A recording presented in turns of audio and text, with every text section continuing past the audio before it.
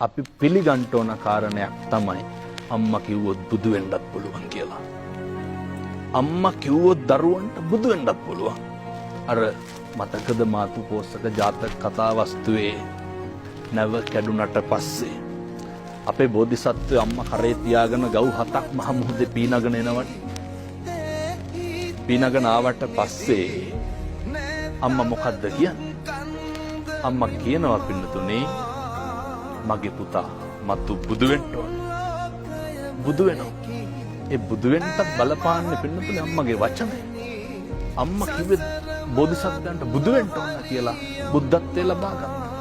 අම්මා කිව්වොත් බුදු වෙන්නත් පුළුවන්.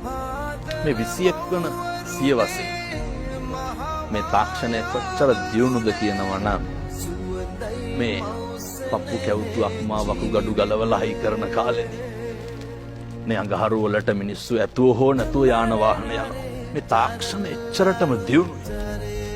මේ විශ්ව එක ජගතෙක් පහළ වුණාද පින්නතුනේ අම්මා කරන හාස්කම කරන්න. මොකක්ද පින්නතුනේ අම්මගේ හාස්කම? මේ ලේ ටික කිරි කරන එක. මේකේ හාස්කම තමයි අම්මගේ තනපුඩු ඇතුලේ තියෙන්නේ රතු පාට සිනිගඳ ගහන හරි අප්‍රසන්න දුගදහමන ලේ.